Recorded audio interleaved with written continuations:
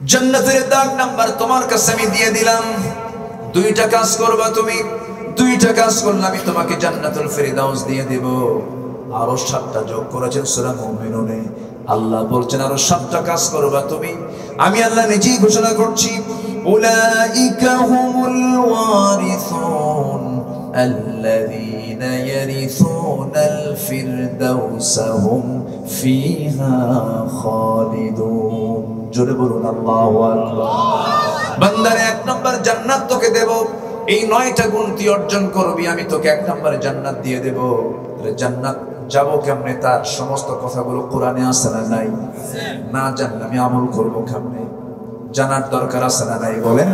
আচ্ছা, সবার আগে আমরা জানবো, জোরে বলি ইনশাআল্লাহ। এই কোরআন যে নাজিল হয়েছে, প্রথম কোন গুহায় নাজিল হয়েছে বলেন? কোন গুহায়?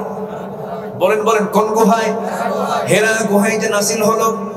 প্রথম যে শব্দ, প্রথম যে সেন্টেন্স, প্রথম যে ওয়ার্ড যেটা দিয়ে শুরু হয়েছে, নামাজ নয়, রোজা নয়, হজ নয়, যাকাত নয়, সাদকা নয়, আল্লাহ তাআলা তার পক্ষ থেকে নবীর কাছে প্রথম যে ওয়ার্ডটা দিয়েছেন, ইকরা, আপনি পড়ুন, আপনি পড়ুন। কার নামে? আসতে বলবেন না, কার নামে পড়ুন? আল্লাহর নামে পড়ুন। এই জন্য না পড়ে আল্লাহকে চেনা যাবে না, পড়ে জান্নাত খুঁজে পাওয়া যাবে না, পড়লে জাহান্নামের জ্ঞান অর্জন করা যাবে না। জানতে হবে, মানতে হবে। জ্ঞানী আর মূর্খ কখনো সমান হতে পারে না। আল্লাহ নিজেই বলছেন, হাল ইয়াস্তাবিল আ'মা ওয়াল বাসীর, যে জানে আর যে জানে না কখনো সমান হতে পারে না। হয়তো অনেকে আফসোস করছেন, হুজুর আমাদেরকে কঠিন চিন্তায় ফেলে দিন, আমরা তো জানি নাই কিচ্ছু না। আল্লাহ বলছেন, আল্লাযীনা জাহাদু ফীনা লানাহদিয়ান্নাহুম সুবুলানা, যে বান্দা আমার দিকে আসতে চায় আমি তার জন্য, আমার জন্য আমি ওই বান্দার জন্য পথকে সহজ করে দেই। জোরে বলুন সুবহানাল্লাহ। আপনি এখানে তাকাবেন, আল্লাহ 10 হাত আসবেন। আপনি হেঁটে হেঁটে আসবেন, আল্লাহ দৌড়ে দৌড়ে আসবেন। আল্লাহু আকবার। একজন সাহাবী ছিলেন বেলাল। কে ছিলেন? বেলাল। তার ভাষা কিন্তু আরবি ছিল না। তার ভাষা কি ছিল? আরবি ছিল না, অন্য ভাষার মানুষ ছিলেন। জিহ্বায় সমস্যা ছিল, প্রবলেম ছিল। আরো অনারবি মানুষ ছিলেন তিনি, আফ্রিকান কালো কুসকুসে মানুষ। কিন্তু আল্লাহ এই লোকটাকে এত মর্যাদা দিয়েছেন, সম্মান দিয়েছেন। কেন দিয়েছেন? চেষ্টা করেছেন, মুজাহাদা করেছেন। নবী হলেন ইমাম, বেলাল হচ্ছেন মুয়াজ্জিন। জোরে বলুন সুবহানাল্লাহ। জানতে হবে, আমরা জানবো। জোরে বলি ইনশাআল্লাহ। একটু উদাহরণ মনে পড়লো, বলি বলি কষ্ট পাচ্ছেন না তো? আমার কথা বোঝেন তো নাকি? আমি খুব চিন্তায় থাকি কক্সবাজার আসলে, যে আমার কথা বোঝে কিনা। আমি তো তাদের কথা সব বুঝি না, তবে আপনারা যখন গালি দেন তখন টের পাই। খুব ভালো আপনারা, বলি আলহামদুলিল্লাহ। এক মূর্খ আর জ্ঞানী, মূর্খ আর জ্ঞানী দুজন পাশাপাশি বসে আছে।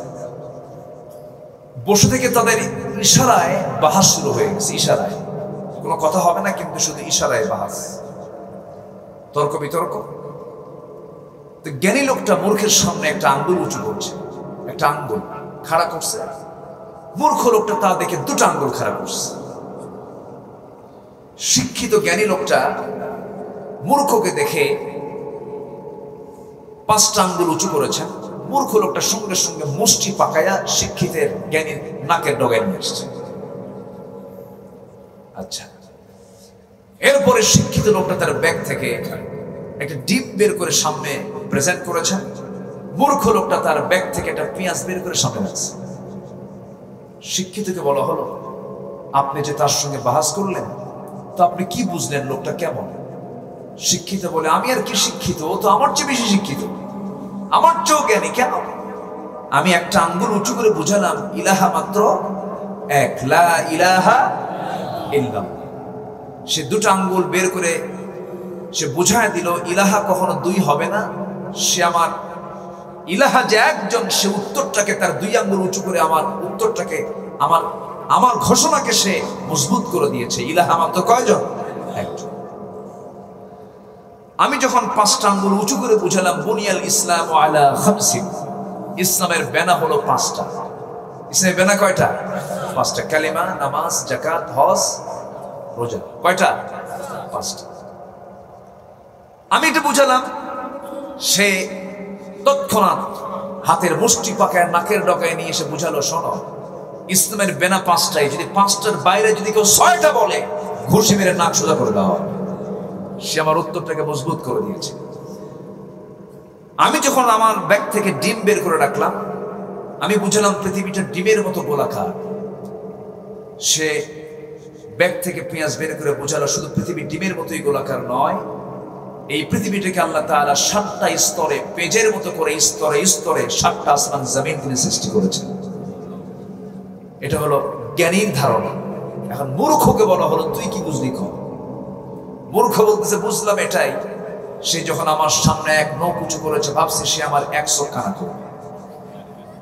ভাবলাম তুই আমার 100 কানা করবি, আমি তোর 200 কানা করবি। 2 নখ উঁচু করছে।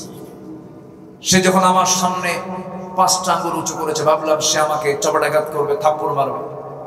ঠিক আছে, আমি থাপ্পড় খাই তো অন্তত বাঁচবো। আমি হাতের মুষ্টি পাকায় বুঝাই দিলাম, তুই তো আমার থাপ্পড় মারবে, আমি ঘুষি মেরে তোর নাকে আউট করে দেবো। এটা হলো মূর্খের চিন্তা। এরপরে সে যখন আমার সামনে যখন ডিমটা রাখলো, আমার কাছে অপমান বোধ হলো, আমার কাছে এটা একটা অপমানজনক বিষয় মনে হলো। আমাকে ডিম দেখালো, আমি আমার ব্যাগ থেকে পেঁয়াজ বের করে বুঝাই দিলাম, তোর ওই ডিমটার এই পেঁয়াজ দিয়ে ভাইজে বুঝে খাই শেষ করে ফেলবে। আমার এই উদাহরণটা দেওয়ার উদ্দেশ্য হলো, জ্ঞানীর চেতনা আর মূর্খের চেতনা কি এক হতে পারে? আসতে বলবেন না, পারে। আমাদের সবার বাপ কে বলেন? বলেন কে? এই বাপ যিনি আমাদের বাপ, উনি কি অশিক্ষিত না শিক্ষিত? মূর্খ না জ্ঞানী? বলেন বলেন বলেন। কিতাব ছাড়া না কিতাব বলা। আমরা তার সন্তান হয়ে কি মূর্খ থাকবো? এটা কি বাপের সম্মান থাকে? অনেক অনেক বাবার সম্মান রক্ষা কর বলে না, বলে কিনা বলেন? তাহলে আমরা আমার বাপকে পেয়েছি অশিক্ষিত না শিক্ষিত? আমরা শিক্ষিত পিতার সন্তান। প্রথম মানুষ প্রথম জ্ঞানী, প্রথম মানুষ প্রথম বিজ্ঞানী, প্রথম মানুষ সচেতন, প্রথম মানুষ নবী। আল্লাহু আকবার। তার সন্তান হলাম আমরা। জ্ঞান অর্জন না করলে হবে না, আমরা শিখব আগে কোরআন। জোরে বলি ইনশাআল্লাহ, আরো জোরে বলি ইনশাআল্লাহ।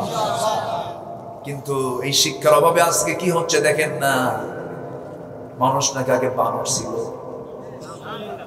আমি নিজে বইয়ে দেখেছি, ক্লাস 6 এর বই, সেদিন খুলে দেখলাম লেখা আছে মানুষ নাকি আগে বানর ছিল। ডারউইনের বিবর্তনবাদ এখানে ঢোকানো হয়েছে। ডারউইন একজন ইহুদি। কি ইহুদি? ইহুদিদের কাছ থেকে আমাদের জ্ঞান নেওয়ার দরকার আছে? কোরআন আছে না নাই? আসতে বলবেন না, আছে না নাই? কোরআনে কি এরকম কোন তথ্য আছে যে মানুষ আগে বানর ছিল? বানর তো জাতি আলাদা। আল্লাহ তাআলা মানুষকে কত সম্মান দিয়েছেন, সেই সম্মানকে কিভাবে বিকৃত করে উপস্থাপন করা হয়েছে। বানরের বংশধরদের কাছ থেকে আদম সন্তানদের শিক্ষা নেবার কিচ্ছু নাই, ঠিক কিনা? যারা বলে আগে বানর ছিল, ওরা বানর থেকে আসছে। আল্লাহ তোদেরকে গালি দিয়েছেন, ওরা তো চতুষ্পদ জন্তু, ওরা এরকম গালি কোরআনে আছে না নাই? গালি কে দিয়েছেন? কে দিয়েছেন? আল্লাহ দিয়েছেন। আল্লাহ কিন্তু গালি কম দেন নাই। আল্লাহ এই সমস্ত অজ্ঞমূর্খদের কম গালি দেন নাই। এক জায়গায় বলছেন, যারা পারেন সঙ্গে পড়ুন, ওয়ালাকাদ যারানা লিজাহান্নামা কাসীরাম মিনাল জিন্নি ওয়াল ইনসি লাহুম কুলুবুন লা ইয়াফকাহুনা বিহা ওয়া লাহুম আ'য়ুনুন লা ইউবসিরুনা বিহা ওয়া লাহুম আযানুন লা ইয়াসমাউনা বিহা উলাইকা কাল আন'আমি বাল হুম আদাল উলাইকা হুমুল গাফিলুন। জোরে বলুন আল্লাহু আকবার।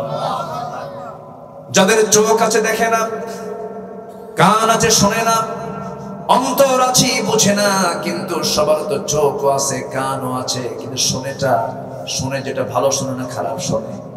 খারাপ শুনে দেখবেন কিছু কিছু উঠতি বয়সের ছেলে পেলে আছে, রাস্তায় হাঁটে ইয়ারফোন কানের মধ্যে ঢুকায় দিয়ে, আছে না? ইয়ারফোন কানের মধ্যে ঢুকায় দিয়ে হাঁটে, বানরের মতো হাঁটে, আছে না নাই? নাচানাচি করে, পিছন দিয়ে হর্ন দিবেন তাও নড়ে না, কারণ কানের মধ্যে ইয়ারফোন ঢুকায় রাখছে। ভালো কিছু শোনে না, ভালো কিছু চিন্তা করে না, ভালো কিছু দেখে না। আল্লাহ তাআলা বলছেন, আমি আল্লাহ এদেরকে ঘোষণা দিলাম এরা হলো চতুষ্পদ জন্তু, উলাইকা কাল আনআম বাল হুম আদাল, এর চেয়েও জঘন্য। তাহলে ওদের কথার সঙ্গে ওদের তথ্যের মিল আছে না নাই? মিল আছে না নাই? মিল আছে। আমার ভাইয়েরা, আমার বন্ধুগণ, এই দুনিয়াতে আল্লাহ তাআলা প্রথম মানুষ যে পাঠিয়েছেন নবী করে পাঠিয়েছেন। আমরা সবাই নবীর সন্তান। কার সন্তান বলেন? নবীর সন্তান। পীরের সন্তান বলে তুমি অহংকার করার কিছুই নাই। অনেকে পীরের ছেলে হলে একটু প্রাউড করে, আছে না? আমার বাপ পীর, আমি অমক সরকার, মোগল পাঠান, মির্জা সরকার, বিভিন্ন মানে বংশীয় কৌলিন্য বংশগত কিছু গর্ব অহংকার কিছু লোকের আছে না নাই? আসতে বলবেন না, আছে না নাই? আমার নবীর একই বংশ, কুরাইশ বংশ। সূরা কুরাইশও আছে। কুরাইশ বংশের সন্তান ছিলেন মুহাম্মদ সাল্লাল্লাহু আলাইহি ওয়াসাল্লাম। আবু লাহাব কোন বংশের? আসতে কয়, আবু লাহাব কোন বংশের? তো বংশতে লাভ আছে? বলেন, বংশতে লাভ আছে নাকি? নূহ আলাইহিস সালামের ছেলে কেনান মুসলিম না কাফের? নূহের আল্লাহর নবীর ছেলে হয়ে লাভ আছে না। ইব্রাহিম আলাইহিস সালামের বাবাকে আজর, মুসলমান না মুশরিক? তাহলে নবীর বাপ হয়ে লাভ আছে? নবীর বাপ হয়ে লাভ নাই, নবীর ছেলে হয়ে লাভ নাই। এরপর ফেমাস কোন বংশের লোক হয়েও কোনো লাভ নাই যদি ভিতরে ইসলাম না থাকে। আসতে বলবেন না, জোরে বলুন ঠিক কিনা?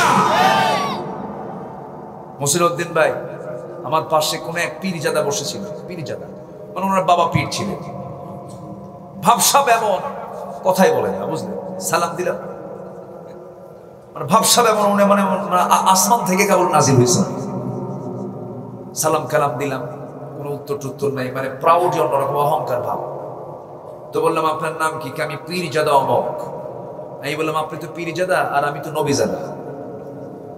তো নবীজাদা মানে আমার বাপ আদম নবী, আমি তার ছেলে, আমি নবীজাদা, আর আপনি তো পীরজাদা। কি আমার কথা কি বুঝতেছেন আপনারা? আমার কথা কি বোঝা গেল?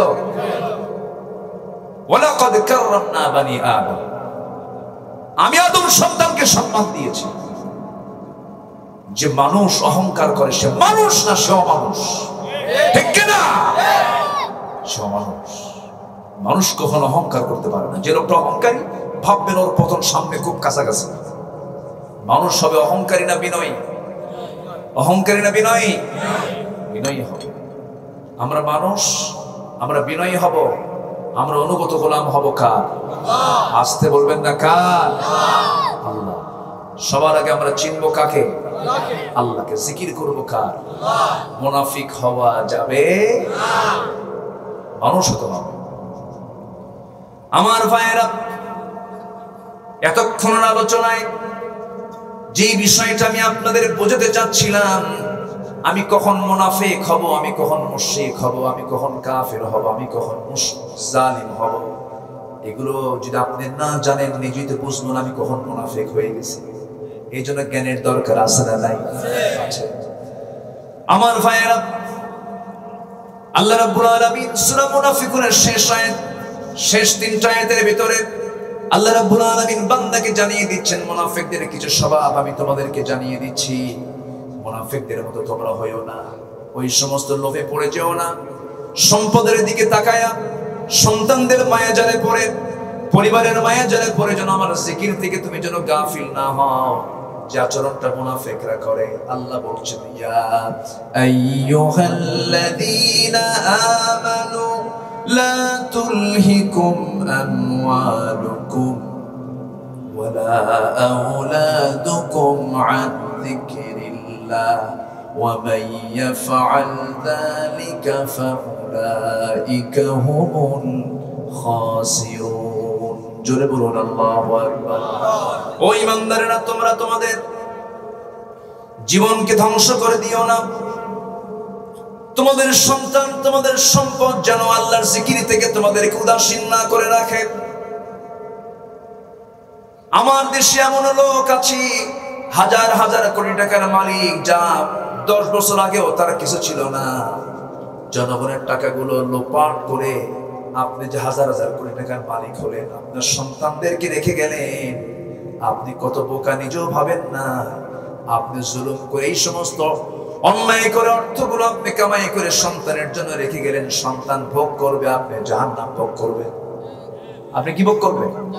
জাহান্নাম ভোগ করবেন। লস করার কি দরকার? ভোগ করবে সন্তান, আযাব পাবেন আপনি। না না, আল্লাহ বলছেন সন্তানদের মায়ায়, সম্পদের মায়ায় তুমি তোমার আল্লাহর জিকির থেকে নিজেকে উদাসীন করো না।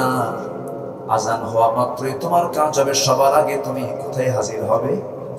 আসতে বলবেন না, কোথায় হাজির হবে? নামাজ পড়বো আমরা কয় ওয়াক্ত?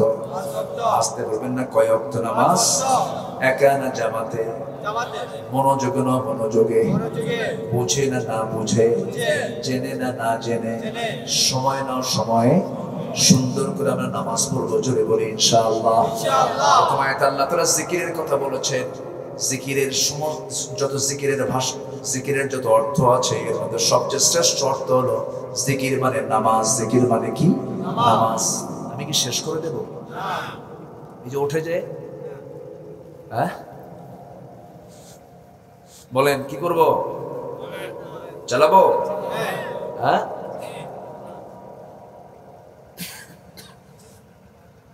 চেয়ারম্যান সাহেব কি করব?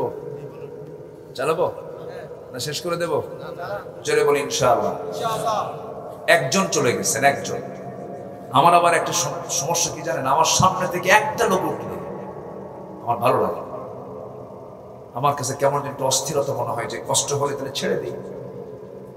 উঠবেন না কেউ। মাহফিলের শৃঙ্খলা রক্ষার দায়িত্ব একার না সবার?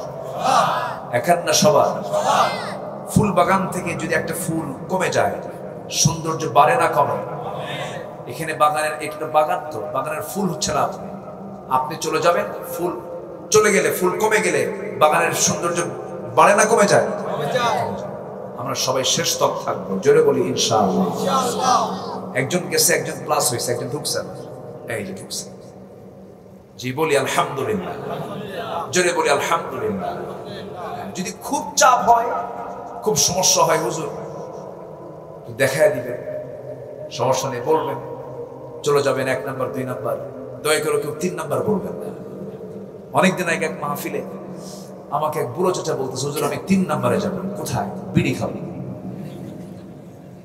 এরকম লোক কিন্তু আছে, বিড়ি খাওয়া লোক আছে না? নাই না। আমি এলাকায় আসলে আমার একটা বিষয় সবচেয়ে ভালো লাগে, সেটা হলো মাহফিল থেকে লোক উঠা বসা করে না। আলহামদুলিল্লাহ। যারা গোটা দেশে মাহফিলে কথা বলেন তারা টের পান। এই অঞ্চলের একটা বৈশিষ্ট্য হলো শ্রোতারা হচ্ছে ফার্স্ট ক্লাস শ্রোতা। আলহামদুলিল্লাহ। কোন নড়াচড়া নাই, খুব সুন্দরভাবে সবাই বসে থাকে। এটা একটা ভালো দিক। আলহামদুলিল্লাহ। তাহলে জিকির মানে কি বলেন তো? 1 নাম্বার জিকির মানে কি? নামাজ পড়তে যদি না ভালো লাগে, মাহফিলের মাজলিসে বসতে যদি না ভালো লাগে, কোরআন তেলাওয়াত করতে যদি মজা না পাওয়া যায়, শেষ রাতে উঠে যদি সেজদায় যদি তৃপ্তি না পাওয়া যায়, এরপরে দোয়ায় যদি চোখে পানি না আসে, ভাবতে হবে আমার ভিতরে বড় ধরনের শয়তানি ঢুকে গেছে। শয়তান ওয়াসওয়াসা দিচ্ছে। এই জন্য নফসের ট্রিটমেন্টটা করতে হবে। এই যে মাহফিল গুলো, আবার অনেকে দেখবেন বলবে মাহফিল করে লাভ কি? দেখছেন, আবার লাভ খোঁজে। মাহফিল করে লাভ আছে না নাই? বলেন।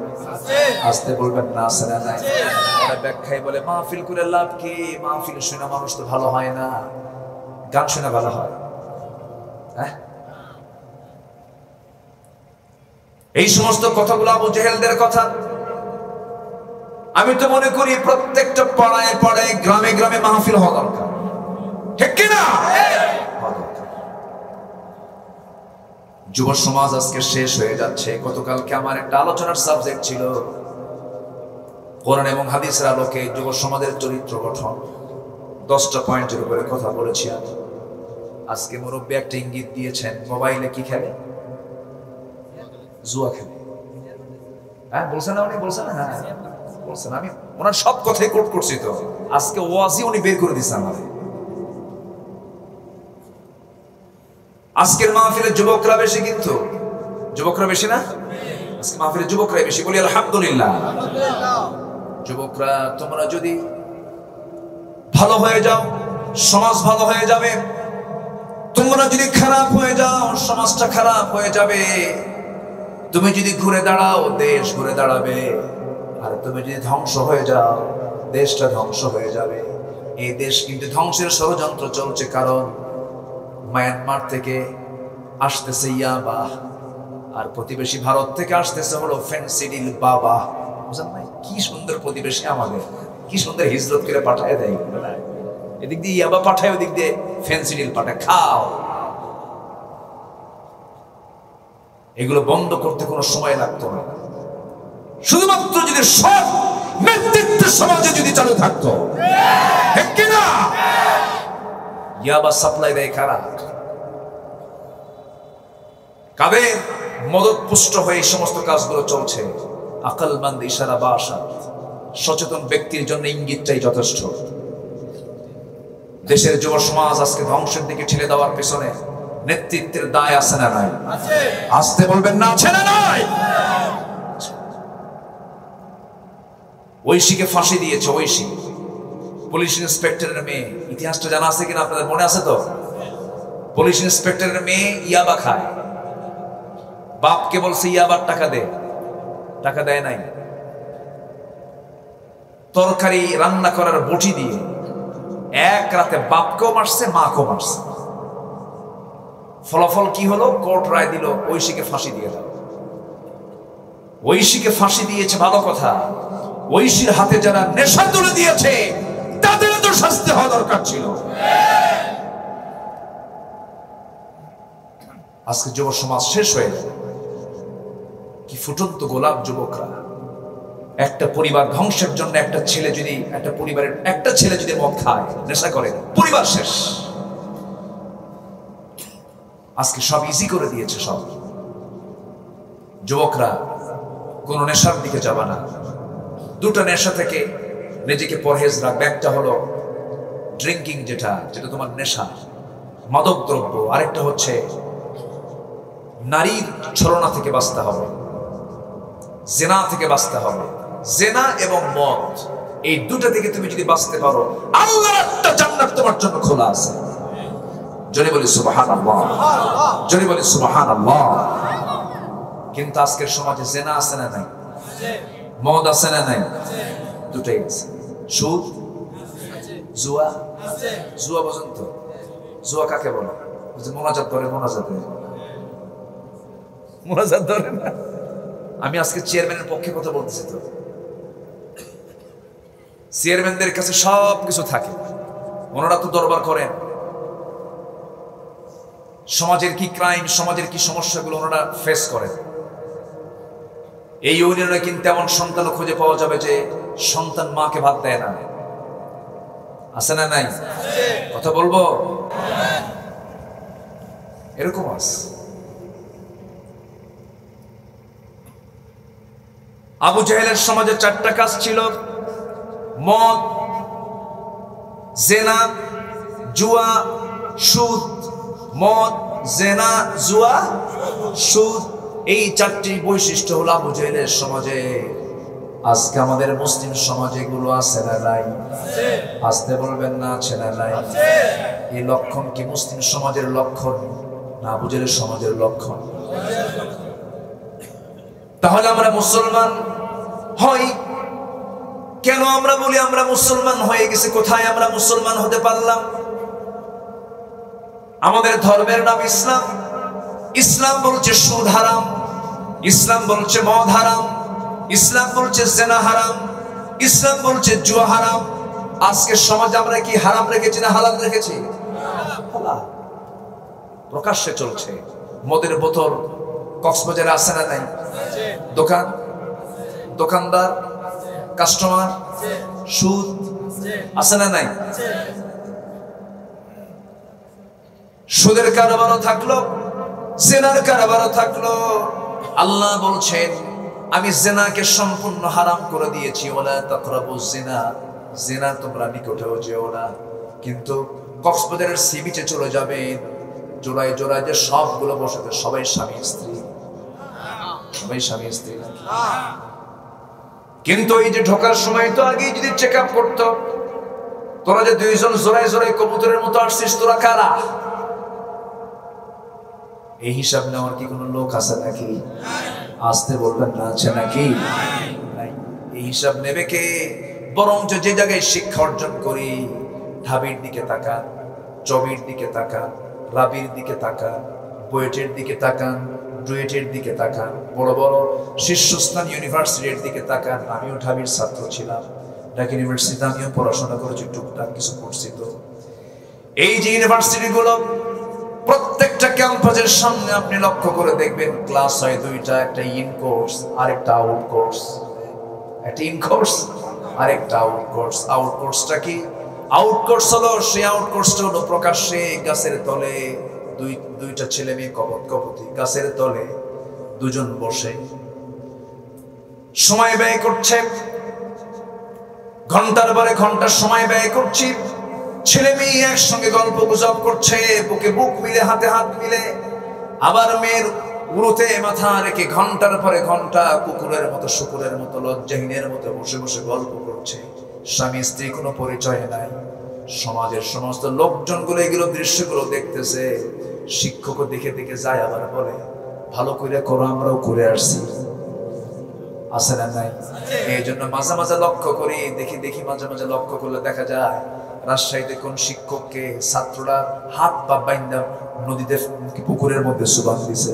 শোনেন না আপনারা? শোনেন না এগুলো? শোনেন না? কেন হচ্ছে এগুলো? এর মূল কারণ হলো শিক্ষা প্রতিষ্ঠান গড়ে উঠেছে, কিন্তু নৈতিক শিক্ষার চরম অভাব। নৈতিক শিক্ষার অভাবের কারণে আজকে সমাজের এই চিত্র দেখা দিচ্ছে। এই জন্য সকল শিক্ষার ভিতরে দ্বীনি শিক্ষা ঢুকানোর দরকার আছে না নাই? আসতে বলবেন না, আছে না নাই? আজ থেকে 10 বছর আগে শিক্ষার যে হার ছিল, এখন শিক্ষার হার বেড়েছে না কমেছে? বলেন। বাড়ছে। শিক্ষার হার বাড়ছে না? 10 বছর আগে যা ছিল তার চেয়ে শিক্ষার হার কমেছে না বেড়েছে? বাপ মার প্রতি যে সেবা, সেই সেবার হারটা বেড়েছে না কমেছে? তাহলে কেন হলো এটা? শিক্ষার হার তো ঠিকই বাড়লো, বাপ মার তো খেদমতের হার তো বাড়ার কথা, বরঞ্চ তা না বেড়ে বরঞ্চ তারও কমে গেল কেন? এর মধ্যে অবশ্যই একটা শিক্ষার চরম ঘাটতি। সেই শিক্ষা হলো দ্বীনি শিক্ষা। দ্বীনি শিক্ষার দরকার আছে না নাই? কিন্তু একটা মহল, একটা বুদ্ধিজীবী মহল, তারা এই দেশের দ্বীনি শিক্ষা তারা দেখতেই চায় না, সহ্য করতে পারে না। কারণ দ্বীনি শিক্ষা পেলে তো তারা 2 নাম্বারই করতে পারবে না। এই দেশের মানুষ দিনটা পরিপূর্ণ জানলে পরে, অধিকাংশ দিনমুখী হলে পরে তাদের চুরি বন্ধ হবে না, চুরি বন্ধ হয়ে যাবে, জিনা বন্ধ হয়ে যাবে, আকাম কুকাম গুলো বন্ধ হয়ে যাবে। এই জন্য একটা পক্ষ চায় এই জমিনে আল্লাহর দ্বীনের শিক্ষাটা না থাকুক। আছে না নাই? আসতে বলবেন না, আছে না নাই? এই জন্য তো বানরের থিওরি ঢুকায় দিয়েছে, ডারউইনের থিওরিটা ঢুকায় দিয়েছে। সম্মানিত ভাইয়েরা, তাসলিমা নাসরিনের মতো মানুষকে এদেশের কিছু মানুষ সাপোর্ট করে। তাসলিমা কয়েকদিন আগে স্ট্যাটাসে লিখেছে, সে নিজে লিখেছে, আমি দেখেছি। সে বলেছে, তোমাদের মোহাম্মদ তো পচে গলে মাটিতে একাকার হয়ে গেছে। তারও কিছু সাগরিদ আমার দেশে আছে। এই ব্লক, এই নাস্তিক্য চেতনার এই গ্রুপটাকে ইমানদার যারা, তারা সহ্য করতে পারে না। আসতে বলবেন না, জোরে বলুন ঠিক কিনা? সব সহ্য করব আমরা। আল্লাহকে নিয়ে, রাসূলকে নিয়ে, ইসলামকে নিয়ে, কোরআনকে নিয়ে, দ্বীনকে নিয়ে যদি কোনো কথা বলো, বাপ হলেও আমরা ছাড়বো না। ওই সমস্ত বাতিলদের মোকাবেলা করার দরকার আছে না নাই? রাজি আছেন কারা কারা? হাত তুলে দেখেন মুসলমান। আল্লাহু আকবার। করে করে চালো, করে করে চালো।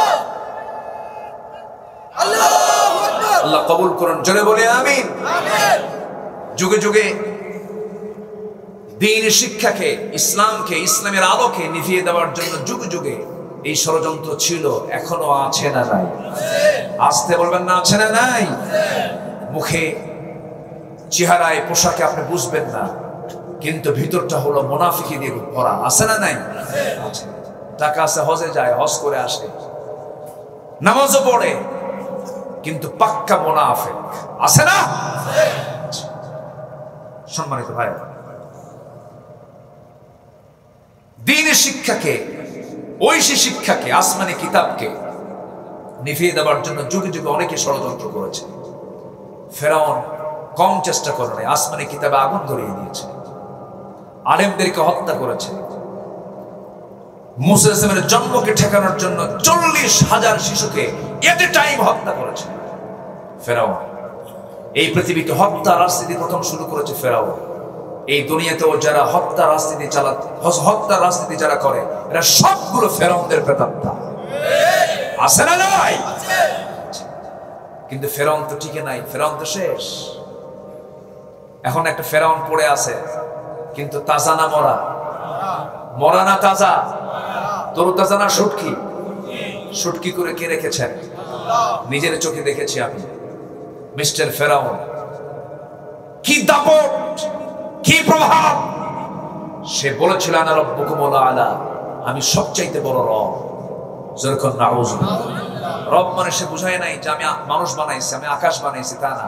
সে বলেছে মিশর জনপদে কারো আইন চলবে না, কোন আল্লাহর আইন চলবে না, আমি ফেরাউন, আমার আইন চলবে। যেরকম নাউজুবিল্লাহ। এখনো এই দুনিয়াতে আছে না নাই? আল্লাহর আইন চলবে না, আমার আইন চলবে, আমার বাপের আইন চলবে, আমার দাদার আইন চলবে। আছে না নাই? তফাৎ আছে কিছু? কোন তফাৎ আছে ফেরাউনের কথার সাথে? কোন তফাৎ নাই। মুসাকে মারার জন্য কত প্ল্যান! সূরা কাসাস পড়েন, মনে পড়লো একটু বলি। মুসা আলাইহিস সালামকে আল্লাহ তাআলা দুনিয়াতে পাঠাবেন। মুসা তার মার পেটের ভিতরে, আসেই নাই সন্তান। এদিকে ফেরাউন ফরমান জারি করলো, জ্যোতির্বিদদের কাছ থেকে শুনলো যে আল্লাহর পয়গম্বর মুসার জন্ম হচ্ছে। পাইকারে দরে সন্তান হয়, সেটা ছেলে, সেটাই মারে। ইউসাব্বিহুনা আবনাআকুম ওয়া ইস্তাহয়ুনা নিসাআকুম, ছেলে সন্তানগুলো সব জবাই করে শেষ করে দিবে। কিন্তু আল্লাহ তাআলা বললেন, ফেরাউন তুই আমার মুসাকে মারবি, অসম্ভব ব্যাপার।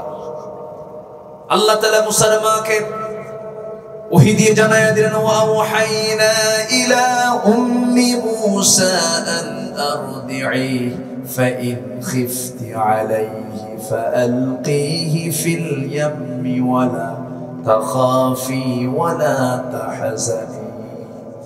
হে মুসার মা, টেনশন করো না, সন্তান ডেলিভারি হয়ে যাক। যদি আশঙ্কা করো সন্তানটা আস্তে করে তুমি দূরে ভাসায় দিবা।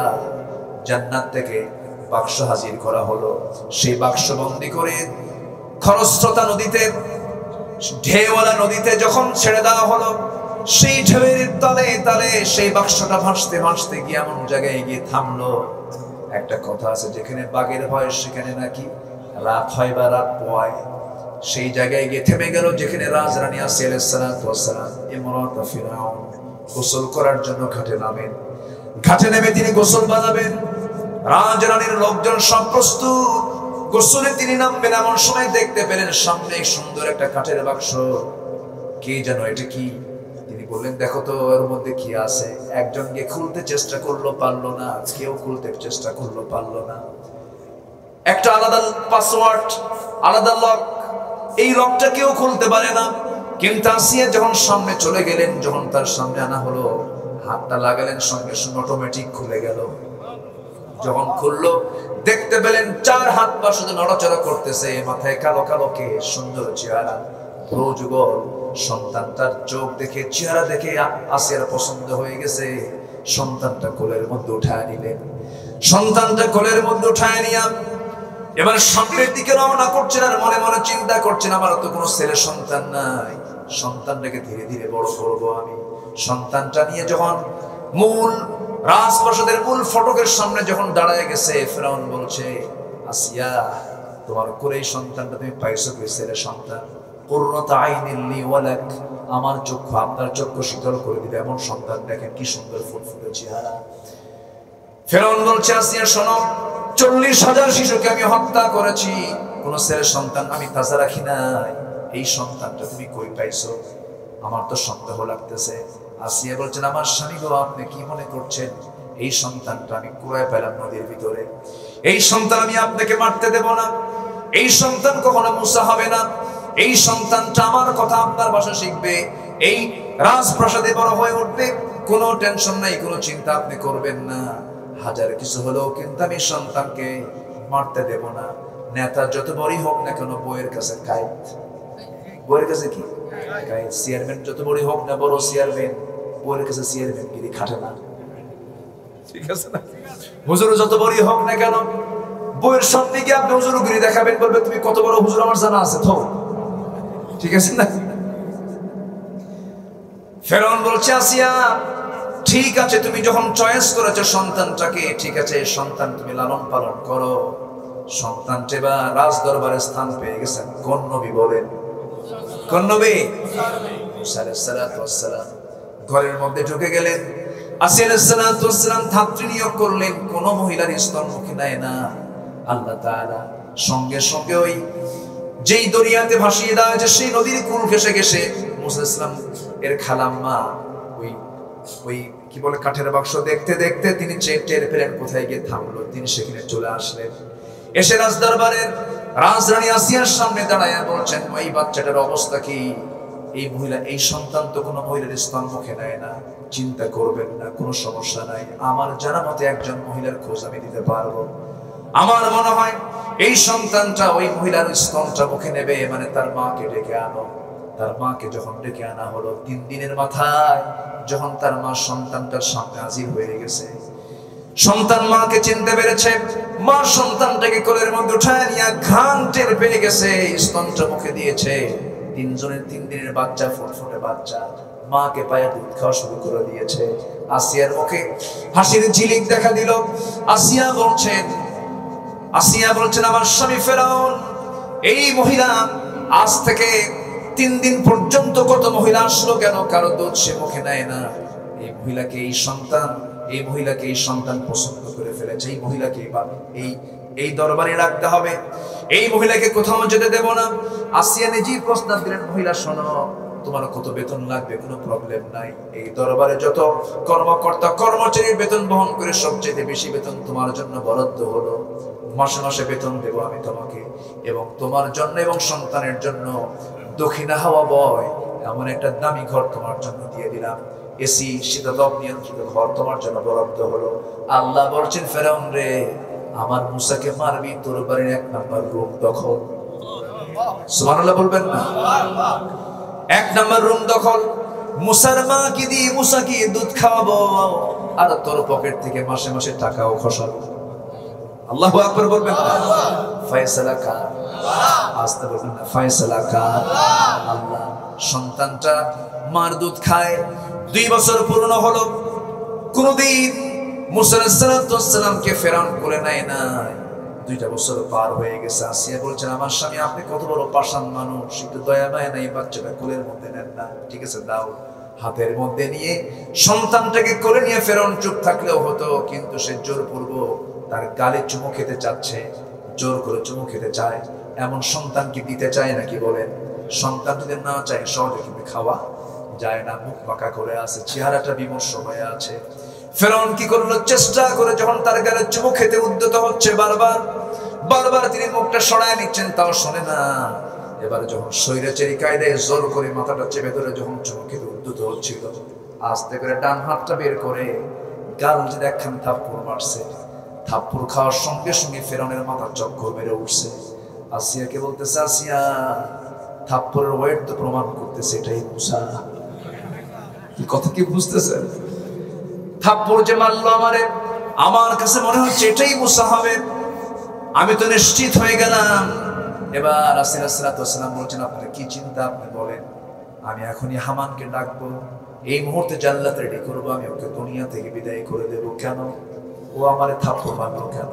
আসিয়া বলছেন, আপনি থাপ্পড় খাইছেন, ছোট্ট বাচ্চা, 2 বছরের বাচ্চা থাপ্পড় খায়া আপনি ফেরাউনের মতো লজ্জিত হয়ে পড়েন। এই কথা যদি অন্য মানুষে জানে, আপনার মান সম্মান থাকবে নাকি? ফেরাউন কয়, আসিয়া তাই তো, তুমি এই কথা কাউরে বলো না। আল্লাহ কয়, ঠিক আছে। সুবহানাল্লাহ। কে বাঁচান? আসতে বলবেন না, কে বাঁচান? আল্লাহ বাঁচায় দেন। ষড়যন্ত্র টিকবে না, কোন ষড়যন্ত্র টিকবে না ইসলামের কাছে। জোরে বলি ইনশাআল্লাহ। বয়স 10 বছর হয়ে গেল। কথা বলবো 10 বছর বয়স হয়ে গেল। একদিন ফেরাউন আনুষ্ঠানিকভাবে ঘোষণা করল, আমি সবচেয়ে বড় রব। জনগণ বলল, আপনি যদি রব হন তাহলে একটা শর্ত আছে, কি? আমাদের কিছু খাওয়া দেন, আমাদের কিছু কি খাওয়া দেন। ফেরাউন বলল, ঠিক আছে, 3000 ছাগল স্পেশালি তোমাদেরকে খাওয়াবো আমি। 3000 নেতৃবৃন্দকে দাওয়াত দেওয়া হলো, সবার জন্য একটা করে ছাগল। ফেরাউনের সামনে একটা ছাগল নিয়ে বসে আছে, ফ্রাই করা ছাগল। এবার পাশে মুসা আলাইহিস সালাম তিনিও বসে আছেন, পাশের চেয়ারে বসে আছেন, সামনে একটা ছাগল। মুসা আলাইহিস সালাম যখন শুনতে পেলেন ফেরাউন সবচাইতে বড় রব, কিন্তু সামনে ছাগল নিয়ে বসে আছে, মুসা মনে মনে চিন্তা করতেছে, এমন রব যে রব ছাগল নিয়ে বসে থাকে, কি কথা বোঝেন নাই? আমার রব, তার খাওয়ার প্রয়োজন হয় না, তিনি কে? আসতে বলবেন না, তিনি কে? তিনি তো আমার আল্লাহ তাআলা। ফেরাউন সামনে বসে আছে, এবার জনগণ বলতেছে, আমাদের রব, আপনি খাওয়া শুরু করুন। ফেরাউন বলছে, না, আমি আগে খাবো না, আমার পালিত পুত্র আগে খাবে। হে যুবক, তুমি খাও, হে ছোট্ট বাচ্চা, তুমি খাওয়া শুরু করো। মুসা আলাইহিস সালাম যখন তার বরকতি হাতটা যখন ওই ছোট্ট ছাগল, যেটা ভাজা ছাগল, তার কানের মধ্যে নখ ঢুকাইয়া টান মেরে খাবেন, এমন সময় হলো কি, সেই ছাগলটার, ভাজা ছাগলটার কান ধরে টান মেরেছে। টানছেন ভাজা ছাগল, টান মারার সঙ্গে সঙ্গে হয়ে গেছে তাজা ছাগল। ছাগল যখন তাজা হয়ে মারছে দৌড়, সঙ্গে সঙ্গে 3000 ছাগল মারছে দৌড়। এখন সব ছাগল তাজা হয়ে যখন দৌড় মারছে, সঙ্গে সঙ্গে ফেরাউনকে জনগণ বলে, ফেরাউন, তুমি আমাদের কিসের রব? তুমি দিলে ভাজা ছাগল, তোমার সন্তান করলো তাজা ছাগল। আল্লাহু আকবার বলেন। মুসা আলাইহিস সালামের তো কোনো ক্ষমতা নাই এটা। মুসা আলাইহিস সালাম এই দৃশ্য দেখলেন, সেই জায়গা থেকে কোনো মতে আড়ালে সেই জায়গা থেকে বের হয়ে আসলেন। বের হয়ে সোজা সিয়ার করে গিয়ে বলছেন, উপায় তো নাই, কাম তো সারছে, কি হয়েছে? কিছুক্ষণ আগে বসছিলাম ছাগল নিয়ে খাইতে, কিন্তু ছাগলটার কান ধরে টান দিয়েছে, ছাগল হয়েছে তাজা, সব ছাগল নিয়ে মারছে দৌড়। এখন কি করা যায়? এবার ফেরাউন আস্তে আস্তে সে বলতেছে, হে আমার স্ত্রী আসিয়া, আমি বলছি না এটা মুসা, কোনো সন্দেহ নাই, আমি দিছি ভাজা ছাগল, ও করছে তাজা, ওকে আমি মেরে ফেলবো, আমি ওকে বাঁচাবো না। আসিয়া বলছেন, আমার স্বামী গো, আমি আপনাকে একটা প্রশ্ন করব, আপনিও তো একদিন মরে যাবেন, আমিও একদিন মরে যাব। এই সন্তানটার হাতের বরকত যদি এমনটা হয়, একটা মৃত ছাগলের কানে হাত দিলে তাজা হয়ে যায়, এই সন্তানটা অন্তত একদিন আমাদের তো উপকারে আসবে। আপনি ফেরাউন যখন দুনিয়া থেকে বিদায় হয়ে যাবেন, মরা লাশ হয়ে পড়ে থাকবেন, এই সন্তানটা আপনার মরা কান ধরে টান দিলে আপনিও তাজা হবেন। কি কথা কি বুঝতেছেন? ফেরাউন কয়, তাই তো, ওর তো বাঁচা দরকার আছে। আল্লাহকে, ঠিক আছে, সাইজ করবো তোরে সুবিধা মতো সময়। আল্লাহু আকবার বলেন। আল্লাহ আছে না? আসতে বলে, আল্লাহ আছে না? নাই। 25 বছর বয়স হয়ে গেল, টকবকে যৌবন, তার যৌবনে পদার্পণ করেছেন। খুব রাগী মানুষ ছিলেন, তোতলা মানুষ ছিলেন, খুব দামি নবী ছিলেন। আল্লাহ তাআলা এই কোরআনের সবচেয়ে যে নবীর নাম বেশি নিয়েছেন, সেই নবীর নাম কি বলেন? মুসার নামটা বেশি নিয়েছেন। আমার নবীজি বলেন, সহিহ হাদিসের বর্ণনা, হাসরের ময়দানে কিয়ামতের দিন সবাই অজ্ঞান হবে। হাসরের ময়দানে সবার সেন্সলেস থেকে সেন্স যখন ফিরে পাবে, এই কিয়ামতের দিন যখন মানুষ অজ্ঞান হয়ে পড়বে, সবার আগে সেন্স ফিরবে আমি নবী, আমার রাসূল বলেন, আমার সেন্সটা সবার আগে ফিরবে। আমি হুশটা ফিরে পাওয়ার পরে দেখব আমার ভাই মুসা আল্লাহর আরশটা ধরে আছে। মানে উনি বুঝাচ্ছেন যে আমার মুসা, আমার ভাই মুসা মনে হয় আগে সেন্স ফিরে পেয়েছে। আল্লাহু আকবার। খুব দামি নবী ছিলেন মুসা আলাইহিস সালাম, খুব রাগী নবী। যে রাগ আছে, যা সততা আছে তার, কিন্তু মুনাফিকরা রাগেও না, কি ওরা রাগেও না, হাসেও না। মুনাফিকদের সেনা খুব কঠিন। একটু পরে আসতেছে, আজকে প্রয়োজনে ফজর পর্যন্ত কথা হবে ইনশাআল্লাহ। কি থাকবেন নাকি? আছেন তো আপনারা? নাকি আছেন আপনারা? ফজর পর্যন্ত আপনারা থাকবেন, আমি কিছুক্ষণ পর চলে যাব। খুব ভালো, বলি আলহামদুলিল্লাহ। প্রসঙ্গ যখন চলে আসলে একটু বলেই ফেলি। টকবকে যুবক মুসা আলাইহিস সালাম খুব রাগী মানুষ। রাগের তো দরকার আছে, রাগের দরকার আছে না নাই? যাদের রাগ বেশি তাদের সততা বেশি। কি আমি কি ভুল বললাম? যে লোক রাগই না ও তো মানুষই না। রাগ থাকা দরকার, কিন্তু সে রাগ থাকতে হবে সত্যের পক্ষে রাগ, ঠিক কি না? আশিদ্দাউ আলাল কুফার, প্রতিবাদী হতে হবে। ইমানদার কখনো বসে থাকে না, ইমানদার প্রতিবাদী হয়। ইমানদার অন্যায়ের বিরুদ্ধে কথা বলে, ন্যায়ের পক্ষে কথা বলে। তা'মুরুনা বিল মা'রুফ ওয়া তানহাউনা আনিল মুনকার। মুসা খুব প্রতিবাদী মানুষ ছিলেন। তো ফেরাউনের গ্রুপের একটা লোক কিপ্তি এসে তার সামনে মাতব্বরি করতেছে, অন্যায় করেছে, ভুল করেছে, স্বীকার করে না। মুসা বলেন, তুমি তো ভুল করছো। কেন? আমি ভুল করি। ভুল করছো তুমি? না, ভুল করি নাই। ভুল করেছো? না, ভুল করি নাই। হাতটা আস্তে করে বের করে মারছেন থাপ্পড়। এক থাপ্পড় মারাও সারা, মরে যাওয়ার সারা। যখন মরে গেছে, মরে যাওয়ার সঙ্গে সঙ্গে চিন্তা করতেছেন যে আমি তো ওকে মারার জন্য মারি নাই, মরে যাওয়ার জন্য তো মারি নাই, ওকে শাসন করার জন্য মারছে। এখন উল্টা আল্লাহকে বলতেছে, আল্লাহ দোষ কিন্তু আমার না, আমি ওকে থাপ্পড় মারছি ও যেন ঠিক হয়, কিন্তু ও যে এরকম সাপ মরে গেলে যে সোজা হবে, এরকম সোজা হবে তা তো আমি জানি। বলা হলো, তুমি এখন এই দেশে তোমার থাকা যাবে না, তোমাকে দেশ থেকে চলে যেতে হবে, হিজরত করতে হবে। নবীদের নিজের মাটিতে জায়গা হয়নি, আমার নবীরও নিজের মাটিতে জায়গা হয়নি। এলাকার মানুষ রসুলকে হত্যার অর্ডার দিয়েছে। আমার নবীর মতো ভালো মানুষ পৃথিবীতে কেউ এসেছে? কেউ আসবে? তিনি কাউকে ঠকাইছেন, জমির আইল ঠেলছেন, মিথ্যা কথা বলেছেন, রাগ করে থেকেছেন? তার মুখ কি গোমটা ছিল? এত সুন্দর মানুষকে হত্যার অর্ডার কেন দেওয়া হলো?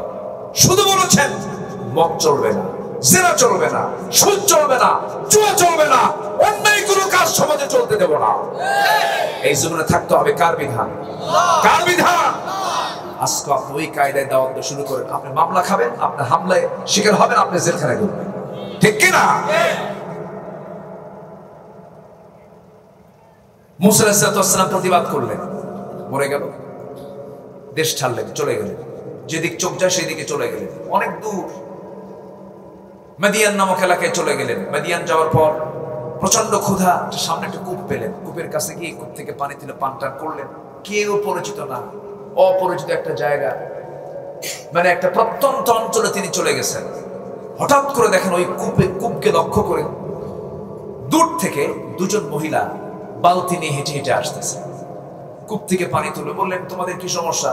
পানি তুলে নিয়ে যাও। কেন? আমরা পারবো না, ঢাকনা টান দিতে, ওজনওয়ালা ঢাকনা, শক্তিশালী 7 থেকে 8 জন পুরুষ লাগবে, তাই তোমাদের কষ্ট হচ্ছে। কেন? আমরা সন্ধ্যার পর সবাই যখন পানি নিয়ে চলে যাবে, আমরা আড়াল করে পর্দার নিয়ম রক্ষা করে আমরা পানি নিয়ে চলে যাই। তোমরা আসছো কেন? কাবুনা শাইখুন কাবীর, আমাদের বাপ খুব বুড়া মানুষ, উনি নড়াচড়া করতে পারেন না, চোখে কম দেখেন, এই জন্য আমরা আসছি। তো উনি ভাবলেন যে না, এদের তো একটু উপকার করা দরকার, দাও বালতি দাও। বালতি নিলেন, কূপের ধারে গেলেন, যে ঢাকনা টান দিতে লাগে হলো 7 থেকে 8 জন, উনি নিজের হাতে ওই ঢাকনাটা ধরলেন, ধরে ফিকা মারলেন, 14 হাত দূরে গিয়ে সিটকে পড়লো। 2 মহিলা মনে মনে কয়, এটা কি মানুষ না মানুষ? ভয় পেয়ে গেছে, কারণ মানুষের শক্তিতে এত হওয়ার কথা না। কিন্তু আল্লাহ তাআলা মানুষের মধ্যে নবীদের শক্তি কম দিয়েছেন না বেশি দিয়েছেন? নবীদের আল্লাহ তাআলা এক্সট্রা 3টা করে গুণ দিয়েছেন। একটা হলো উন্নত চরিত্র, হুসনে খুলক, নাম্বার 2, আর নাম্বার 3 হলো দৈহিক শক্তি। আল্লাহ তাআলা আমার নবীকে দিয়েছেন 100 জন জান্নাতে প্রবেশের শক্তি। জোরে বলে সুবহানাল্লাহ। কয়শো জন? 100 জন। এরপরে কূপ থেকে পানি তুলে দিয়ে বললেন, সোজা বাড়ির দিকে চলে যাও। তো সূর্য ডোবার আগেই চলে গেছে বাড়িতে। বাপ এটা মাথায় নিয়ে বলতেছে, বৃদ্ধ পিতা তারা মেয়েদেরকে বলতেছে, প্রত্যেকদিন আমাকে সময় লাগে, আজকে এত তাড়াতাড়ি আসার কারণটা কি? বলতেছে, আব্বা একজন যুবককে দেখতে পেলাম, ইন্নাহু কাবিয়্যুন আজিজ, খুব শক্তিশালী যুবক, খুব পাওয়ারফুল যুবক। ঢাকনায় হাত দিল আর ঢাকনা ছিটকে পড়ে গেল। বৃদ্ধ লোকটা বলতেছে, আমার মেয়ে, বড় মেয়ে, তুমি আগামী কালকে যাবে, আমার সালামটা জানাবে, ওই যুবককে বলবে সে যেন আমার সঙ্গে সাক্ষাৎ করার জন্য আমার বাড়ি পর্যন্ত আসে, আমি তাকে দাওয়াত দিয়ে দিলাম। পরের দিন চলে গেছেন, গিয়ে বলতেছেন, হে যুবক, আব্বাজান তো বড় অসুস্থ মানুষ, চোখে কম দেখেন, বুড়া হয়ে গেছেন, আব্বাজান আপনাকে সালাম দিয়ে দাওয়াত দিয়েছেন আমাদের বাড়িতে, আপনি কি যাবেন নাকি? মুসা আলাইহিস সালাম মনে মনে চিন্তা করলেন, এই জনপদে কেউ আমার পরিচিত নয়, আমি কাউকে চিনি না, যদি একটু পরিচয় হয় আমার তো ভালোই হয়। এবার তিনি বলছেন আমি তো যাব, কিন্তু বাড়ি ঘর তো চিনি না। কিন্তু এবার জবাবে ওই মেয়েটা বলতেছে আপনার চেনার জন্য কোনো টেনশন করা লাগবে না, আমি সামনে সামনে চলবো, আপনি আমার পিছে পিছে আসবেন, আমি আপনাকে চেনা আমার বাড়ি, আমাদের বাড়ির দিকে নিয়ে যাব। মুসার মেজাজ গরম হয়ে গেছে। মুসা বলতেছেন যে তুমি মহিলা, তুমি আমাকে নিয়ে যাবা, আমি পুরুষ তোমার পিছে থাকবো, তুমি কি মনে করতেছ আমি যুবক, এরকম যুবক যে একজন নারীর পিছে পিছে আমি হেঁটে হেঁটে যাব? আমি তো এরকম না। চোখ এরকম বড় করে বলতেছে তোমার বাড়িতে আমি যেতে পারি, শর্ত হলো তোমার পিছে আমি থাকবো না, আমি সামনে থাকবো, তুমি পিছে আসবে। এর কারণ হলো আমি যদি পিছনে থাকি, তুমি যদি সামনে থাকো, আমার চোখ তোমার দেহের দিকে চলে যাবে, আমার চোখের গুনাহ হয়ে যাবে। আমি সামনে চলবো, তুমি পিছে পিছে আসবে। পুরুষরা ইমামের যা, নেতারা যা, আমি সামনে সামনে থাকবো, তুমি পিছে পিছে আসবে। কোনো কথা বলতে পারবা না, শুধু দুইটা শব্দ তুমি বলবা, ডান অথবা বাম, বাম অথবা ডান, এর চাইতে বেশি কোনো কথা বলা যাবে না। মহিলা মনে মনে চিন্তা করতেছে, গতকালকে দেখলাম শক্তিশালী যুবক, আজকে দেখি চরিত্রবান যুবক বটে, চেয়ে থাকে না, চরিত্রটা খুব সুন্দর। আল্লাহু আকবার বলেন। ছেলেদের দুইটা গুণ থাকতে হবে। কয়টা গুণ? একটা হলো কর্মঠ, শক্তিশালী, কর্মঠ হতে হবে, আরেকটা হলো চরিত্রবান হতে হবে। এই মেয়েটা ওই মুসা ইসলামের এই দুটো গুণ দেখে তার মনে মনে পছন্দ হলো না, ছেলেটা অনেক ভালো। আলহামদুলিল্লাহ বলে, জেনে বলি আলহামদুলিল্লাহ। তাহলে মুসা সামনে গেলেন না পিছে থাকলেন? পুরুষরা কি সামনে থাকবে না পিছনে থাকবে? এদেশের 18 কোটি মানুষ এখন কার পিছে বলে? কষ্ট পাচ্ছেন আপনারা? মেরে দিলাম কিন্তু। মুসা আলাইহিস সালাম সামনে সামনে চললেন, চিনায় দেওয়া হলো, বাড়ি পর্যন্ত পৌঁছে গেলেন। বাড়ি পর্যন্ত পৌঁছার সঙ্গে সঙ্গে সালাম বিনিময় হলো মুরব্বীর সাথে। বুড়া মানুষটাকে তিনি সালাম দিয়ে ফেললেন। সালাম দেওয়ার সঙ্গে সঙ্গে পাল্টা জবাব দিয়ে এবার বুড়া লোকটা বলতেছে, যুবক তোমার নাম তো মুসা। উনি থমকে দাঁড়াইছে, এত দূর থেকে আসলাম, এই লোকটা আমার চিনল কেমন? এই এলাকার লোক তো আমাকে চেনার কথা নয়। মনে মনে ভয়ও পাচ্ছেন, ফেরাউনের লোকজন নাকি আবার কথা বলছেন। এবার বলছেন আপনি আমার নামটা জানলেন কেমনে, আমাকে চিনলেন কেমনে? এবার বৃদ্ধ লোকটা বলতেছে, শুধু তোমার নামটাও জানি না, তোমার কামও জানি। কি থাপ্পড় মারছো, মানুষ মরে গেছে, এরপর তুমি এখানে আসছো? আরো জড়সড় হয়ে গেলেন। এবার বলছেন, বৃদ্ধ লোকটা বলছেন, যুবক হে মুসা, তুমি যার সামনে দাঁড়িয়ে কথা বলছো, দুনিয়ার সাধারণ কোন বুড়োর কাতারের বুড়ো আমি নই। আল্লাহ তাআলা এই মাদিয়ানবাসীর জন্য যাকে পয়গম্বর করে পাঠিয়েছেন, আমি হলাম এই মাদিয়ানবাসীর পয়গম্বর। ওয়া ইলা মাদিয়ানা আখাহুম শুআইবা, আমি হলাম শুআইব আলাইহিস সালাতু ওয়াস সালাম। আল্লাহ তাআলা আমাকে পয়গম্বর করে দুনিয়াতে পাঠিয়েছেন। মুসার আনন্দ দেখে কে এবার জড়িয়ে ধরে বলছেন, আমি আমার জীবনের শ্রেষ্ঠ বন্ধু পেলাম, আলহামদুলিল্লাহ। এবার শুআইব বলছেন, শোনো, গতকালকে আমার মেয়েকে দেখেছো, আজকে আমার মেয়েকে দেখেছো, আর দেখার কোনো সুযোগ আসতে কয় কেন? সুযোগ একটা মেয়েকে বিবাহের নিয়ত দেখা যায় যাচ্ছে না নাই? আসতে দেখা যায় যাচ্ছে না নাই? কিন্তু প্রস্তাব থাকবে কোন না পারিবারিক। কম এই যুবকরা কথা কও, একা একা মোবাইলে না পারিবারিক ভাবে? হ্যাঁ বলেন বলেন বলেন বলেন। মেয়ের পিতা প্রস্তাব দিচ্ছেন, গতকালকে আমার মেয়েকে দেখেছো, আজকে আমার মেয়েকে দেখেছো, আর দেখতে দেব না, দেখার পর্ব শেষ। আমার যে কোনো একটা মেয়েকে, দুইটা মেয়ের যে কোনো একটা মেয়েকে আমি তোমার সঙ্গে বিয়ে দেব, তুমি কি রাজি আছো নাকি? মুসা দারুণ খুশি হয়ে বলছেন, এখনই রাজি।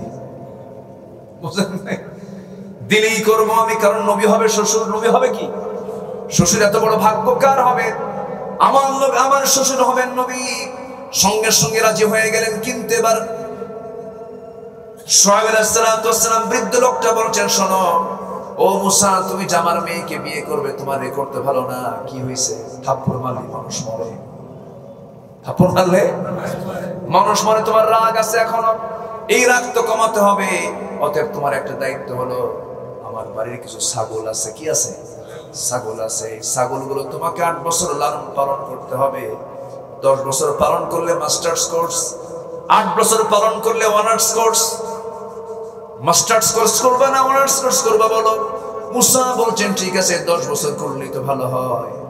এই মেজাজি লোকটাকে দায়িত্ব দেওয়া হলো কি লালন পালন করা। ছাগল তো খুব শান্ত প্রাণী। ছাগল কথা শুনেন, গ্রামীণ লোক আপনারা, ছাগল তো চেনার কথা। যত প্রাণী আছে এর মধ্যে সবচেয়ে ছাগল হলো একটা অন্যরকম প্রাণী। ছাগলের গলায় দড়ি বেঁধেছেন, কিন্তু ছাগল যদি একবার রাগ করে ব্রেক মারে, ব্রেক মারা বোঝেন তো, একবার যদি ব্রেক মারে, সামনের 2 ঠ্যাং যদি জমিনে যদি গেড়ে দেয়, আপনার দড়ি ছিঁড়ে যাবে, আপনিও চলে যাবেন, মাগার ছাগল নড়বে না। তুই যা, আমি যাবো না। কি কথা বোঝা গেল? কি এই ছাগল পালার দায়িত্ব দেওয়া হলো তাকে 10 বছর। ইবনে কাসিরের বর্ণনায় আসছে, সূরা কাসাসের তাফসীর এসেছে, 10 বছর লালন পালন করার পরে শেষ দিন তার ডিউটি যেদিন শেষ হয়ে যাবে, ছাগলগুলো নিয়ে যখন আসতেছে, ছাগল পাল থেকে একটা ছাগল একদিকে একাকি দৌড় মেরেছে। একাকি দৌড় মারতে নিয়ে মুসার কাছে মেজাজ খারাপ হয়ে পিছনে উনিও দৌড় মারলেন। ছাগলটাও বিক্ষিপ্ত হয়ে দৌড় মারছে, ছাগলও দৌড়ায়, মুসাও দৌড়ান। শেষ পর্যন্ত নবীর সঙ্গে তো পারবে না, ছাগলটাকে খপ করে ধরে ফেলেছে। 2 হাত 2 পা, 2 পা 2 হাতের মধ্যে তুলে নিয়ে শূন্যে চড়িয়েছে, এক আসারে মেরে ফেলবেন। কিন্তু যখন তিনি আসার মারতে উদ্যত হয়েছে, লক্ষ্য করে দেখেন ছাগলটার চোখে মুখে চরম ভীতির চিহ্ন। ভয়ে পাচ্ছে, লোমকূপ দিয়ে ঘামগুলো টপ টপ করে পড়তেছে। ছাগলটার এই অসহায়ত্বের চেহারা দেখে মুসা মনে মনে ভাবলেন, তুই তো ছাগল, তোকে বাইরে কি লাভ? তোর বাইরে তো কোনো লাভ নাই। 2 পা ছেড়ে দিয়া ছাগলটাকে কোলের মধ্যে নিয়ে তিনি প্রাণীর প্রতি যে যত্ন নিতে হয় অত্যন্ত আদর করলেন, স্নেহ করলেন, আদর দিলেন। আল্লাহ বলছেন, মুসা তোমার রাগ কমে গেছে, আমি আল্লাহ তোমাকে এখন নবুয়ত দিয়ে দিলাম। জোরে কোন সুবহানাল্লাহ, জোরে বলে সুবহানাল্লাহ। নবুয়ত পেয়ে গেলেন।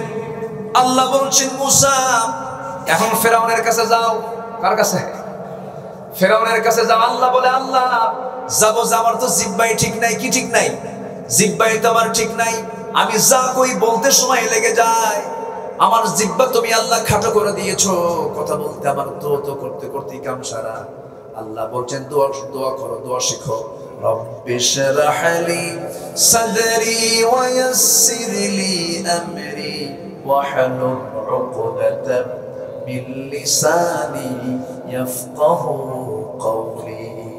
এই দোয়াটা মুসার দোয়া। কার দোয়া? মুসার দোয়া। রব্বিশরাহ লি সাদরি, আমার বক্ষটা প্রশস্ত করে দাও।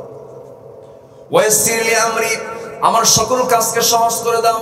ওয়াহলুল উকদাতাম মিন লিসানি, আমার জিহ্বার যত জড়তা সব দূর করে দাও, যেন আমার কথাগুলো তারা বুঝতে পারে। এবার বলছেন, আল্লাহ যাচ্ছি চলে, কিন্তু আমার কথা তো ডাইরেক্ট। আল্লাহ বলছেন, না না মুসা, মানুষকে কালিমার দাওয়াত দিতে গেলে নরম সুরে কালিমার দাওয়াত দিবা, মিষ্টি করে কালিমার দাওয়াত দিবা। বলছে, আল্লাহ আমার কথা তো ডাইরেক্ট হয়, তবে আমার ভাই হারুন আমার চাইতে বড়, কিন্তু সে সুন্দর করে কথা বলতে পারে। হুয়া আফসাহু মিন্নি, হুয়া আফসাহু মিন্নি, সে আমার চাইতে সুন্দর করে কথা বলে। সঙ্গে সঙ্গে আল্লাহ বলছেন, মুসা রে, আমি তোকে খুব ভালোবাসি রে মুসা। তোর মুখে যখন তোর ভাই হারুনের প্রশংসা শুনলাম, যা তোর শ্বশুরকে নবী বানাইছি, তোর ভাইকে আমি আল্লাহ নবী বানাইয়া দিলাম। মুসা এমন নবী, তার পরিবারের 60 জন নবী। আল্লাহু আকবার বলেন। ভাই নবী, শ্বশুর নবী, ভাগিনা নবী। আল্লাহু আকবার। নবী পরিবার। কি পরিবার? নবী পরিবার। ভাই হারুনকে সঙ্গে করে নিয়ে চলে গেলেন কার কাছে? কার কাছে? এবার বীরের বেশে হাজির হয়েছেন সামনে। ইযহাব ইলা ফিরআউনা ইন্নাহু তাগা। ফিরআউনকে আল্লাহ বলছেন নরম সুরে কালিমার দাওয়াত দিবা। তিনি সামনে গিয়ে দাঁড়াইছেন, দাঁড়ায় বলছে, ফিরআউন এইদিকে আয়। কি কথা বুঝছেন কি? এক ধমক মারছেন। ফিরআউন বলে, কে? আমি মুসা। কালিমার দাওয়াত দিতে এসেছি, এক আল্লাহর দাসত্ব করো। তোমার সঙ্গেটাকে কামার ভাই হারুন, সে আল্লাহর নবী। ফেরাউনকে তোর আল্লাহর কাজ নাই কাম নাই একই করে দুই নবী পাঠাইছে না? কি কথা কি বুঝতেছেন আপনারা? এই কথা বলা মাত্রই হাতের লাঠি খাড়া করছেন, হাতের লাঠি সোজা করেছেন। ফেরাউনকে মোকাবেলা করার জন্য মেজাজের দরকার আছে না নাই? আসতে বলবেন না, আছে না নাই? ফেরাউনকে মোকাবেলা করার জন্য লাঠির দরকার আছে না নাই? আজকের সমাজেও ফেরাউনদের চরিত্রে কিছু লোক আছে না নাই? মুসার শক্ত হাতে লাঠি দিয়া 90 ফেরাউনদের মোকাবেলা করতে হবে মুসলমান। মুসা এই শিক্ষা শিখিয়েছেন আমাদেরকে। বাতিলকে আমরা কখন পরোয়া করব? আমরা পরোয়া করি কাকে? আমরা একমাত্র সম্মান করি কাকে? একমাত্র ভয় করি কাকে? একমাত্র আইন মানবো কার? একমাত্র বিধান মানবো কার? আল্লাহ কবুল করুন, জোরে বলি আমিন, আরো জোরে আমিন। সেই ফেরাউনকে আল্লাহ তাআলা মেরেছেন কিসে? কিসে মেরেছেন বলেন? নমরুদকে মারছেন কিসে? মশা। দেখেন কি আল্লাহর খেলা না? ফেরাউনকে মারলেন কিসে? পানিতে। ওয়াগরাকনা আলা ফিরআউন, আল্লাহ তাআলা ফেরাউনের 14 গোষ্ঠীকে একদম পানির মধ্যে চুবায়া মেরেছেন, নাকানি সুমানি খাওয়ায়া, পেট পটকা মাছের মতো বড় বানায়া দুনিয়া থেকে বিদায় করে দিয়েছেন। নমরুদকে আল্লাহ তাআলা খতম করেছেন কি দিয়া? আসতে বলবেন না কি দিয়া? মশা দিয়ে। সে আল্লাহ এখনো আছে না নাই? আসতে বলবেন না, আছে না নাই? ইমানদারকে শক্তিশালী ঈমান এনে বাতিলদের মোকাবেলা করতে হবে। সাহায্য করবেন কে? আল্লাহ। আসতেও সাহায্য করবেন কে? আল্লাহ। মুনাফিক হওয়া যাবে না। মুনাফিকরা সত্য কথা বলে, মিথ্যা কথা বলে। আমরা কি মিথ্যা কথা বলবো? না। 12টা পার হয়ে গেল, আলোচনা চলো চলো। হুজুর মরু, হুজুরও বাচক বলি নাকি? হুজুর বাচক না?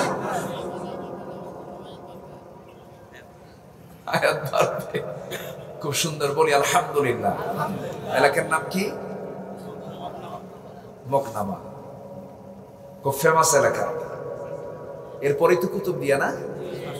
গিয়েছিলাম সেদিন, কুতুবদিয়ার সব মানুষ মাহফিল আসছে।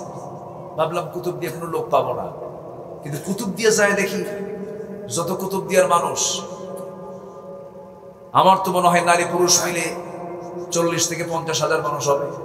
আমি শেষ কোথায় খুঁজে পাইনি, সব মানুষ মাহফিলে চলে আসছে।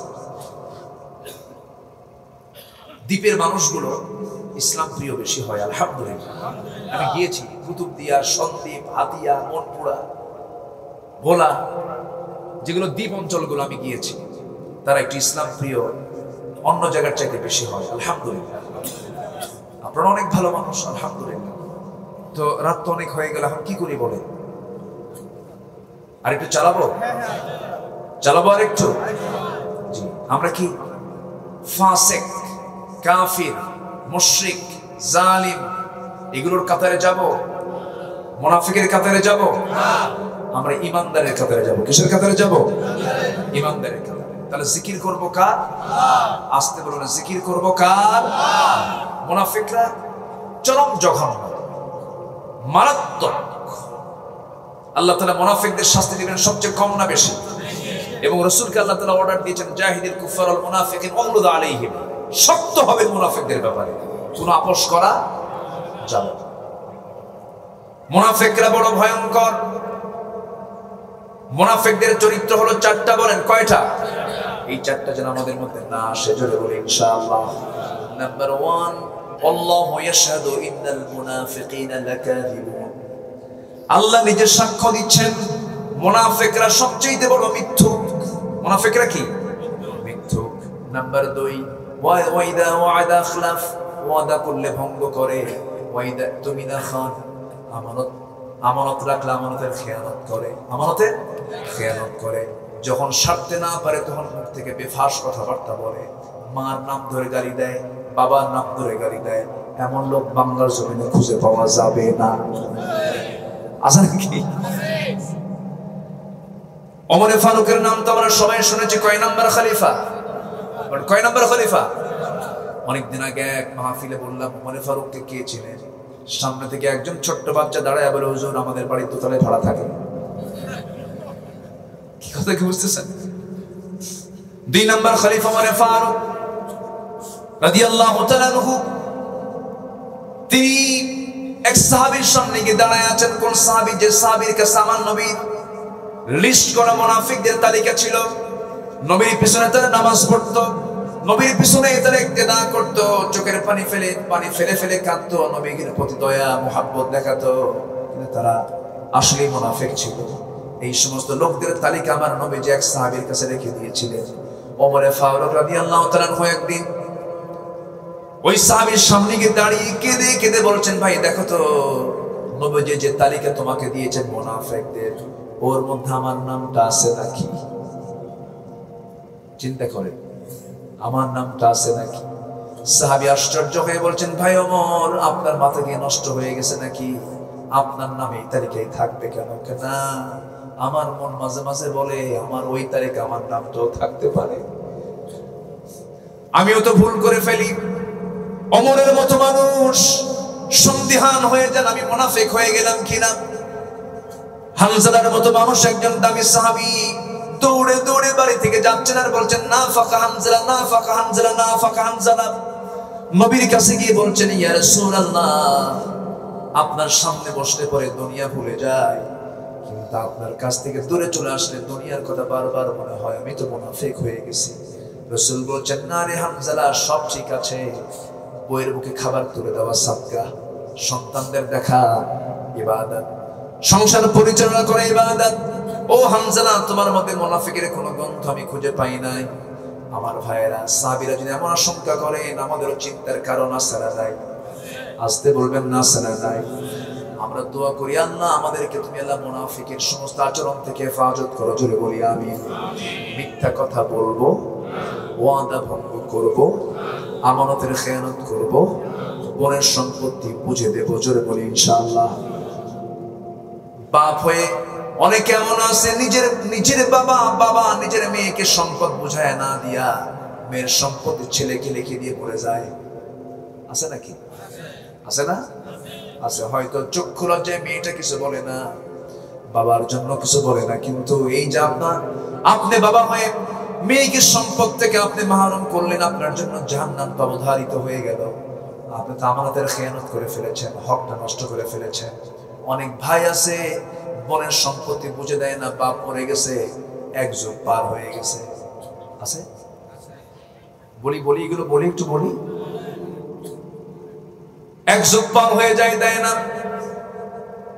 মাঝে মাঝে আবার দাওয়াত দেয়, ভাই বোনটাকে নিয়ে এসে পিঠা খাওয়ায়, ঈদের মধ্যে দাওয়াত দেয়, মাঝে মাঝে দাওয়াত দিয়ে আস্তে করে পাশে বসে আবার ওয়াজ করে, বোন শোনো তুমি আমার বড় বোন, আমরা তোমার কাছেই বড় হয়েছি, তুমি যে আমাদের সম্পত্তিটা বুঝায় নিতে চাও, একটা কথা, অংশ নিলে কিন্তু ধ্বংস হয়। দেখছেন কি ফতোয়া দিল? অংশ নিলে ধ্বংস হয়। এটা কি আল্লাহ থেকে নাযিল হয়েছে না শয়তান থেকে আসছে? এরকম দুষ্ট কিছু আছে না নাই?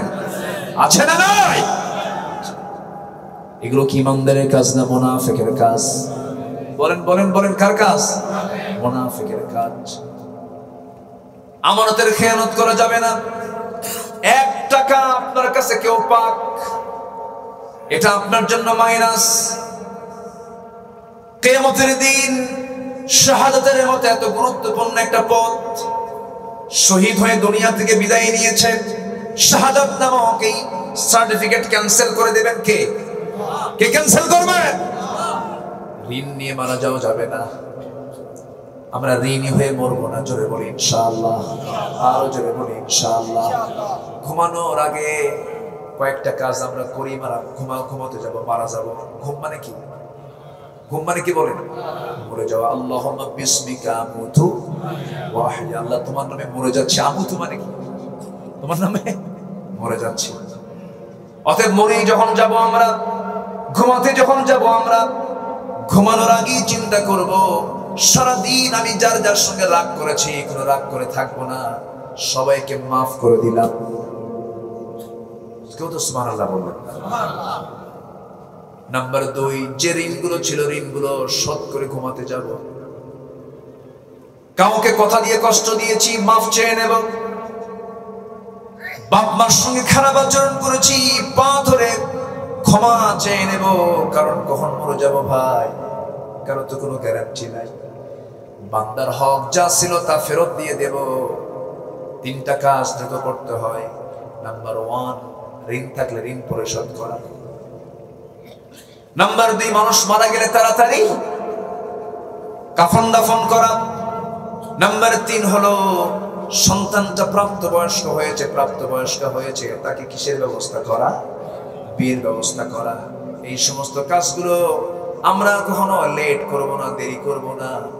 এর মধ্যে গুরুত্বপূর্ণ একটা বিষয় হলো ঋণ। আজকের সমাজে ঋণের পরিমাণ কমছে না বাড়ছে? ভিআইপি কিছু ঋণই আছে না নাই? 2000 কোটি টাকার মালিক 3000 কোটি টাকা ব্যাংক থেকে লোন নিয়ে নিজের দখল করে নিয়েছে, আছে না নাই?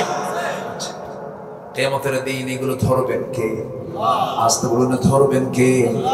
এই সমস্ত আচরণগুলো ঈমানদারের আচরণ না, মুনাফিকের আচরণ। মুনাফিকের আচরণ এগুলো আমরা বাদ দিয়ে দেব। জিহ্বাটাকে কন্ট্রোল করব। জিহ্বা দিয়ে যা বলবো সত্য কথা বলবো, মিথ্যার কাছে যাব না, গীবতের কাছে যাব না।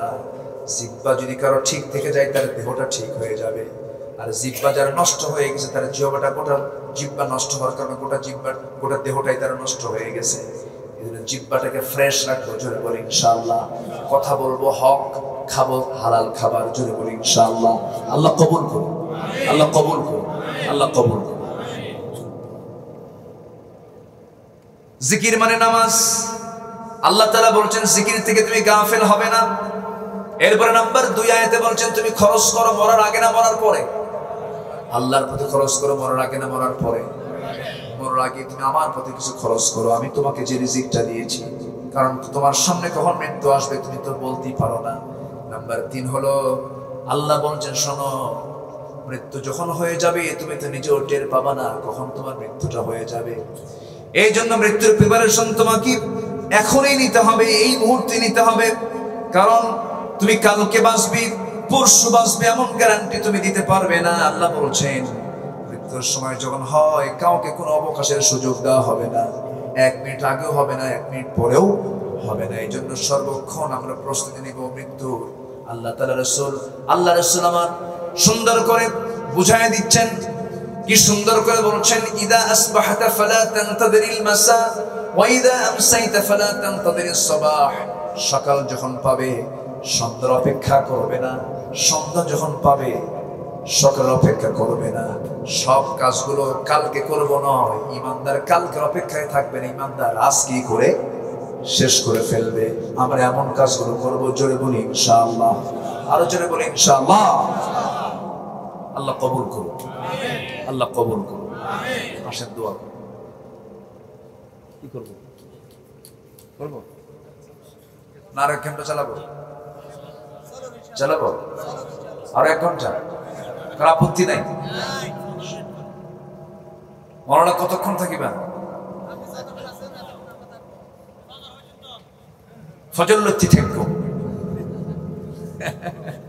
খুব ভালো। জি বলি আলহামদুলিল্লাহ। না আমরা আর বাড়াবো না, আমিও পারছি না, আমি খুব ক্লান্ত হয়ে গেছি। আল্লাহ তুমি সবাইকে যতটুকু কথা বলা হলো সবাইকে আমল করার তৌফিক দিও। জোরে বলি আমিন। আমাদের চেয়ারম্যান মহোদয় তিনি বসে বসে আলোচনা করে শুনলেন। আমি এতেও খুশি হয়েছি, কারণ অনেক চেয়ারম্যানরা আসে আনাকুম জানাকুম, গেলাম ঘুরলাম সালাম দিলাম চলে গেলাম এরকম। কিন্তু না, আমাদের চেয়ারম্যান মহোদয় তিনি আজকের মাহফিলটার সৌন্দর্য বাড়িয়ে দিয়েছেন। বলি আলহামদুলিল্লাহ।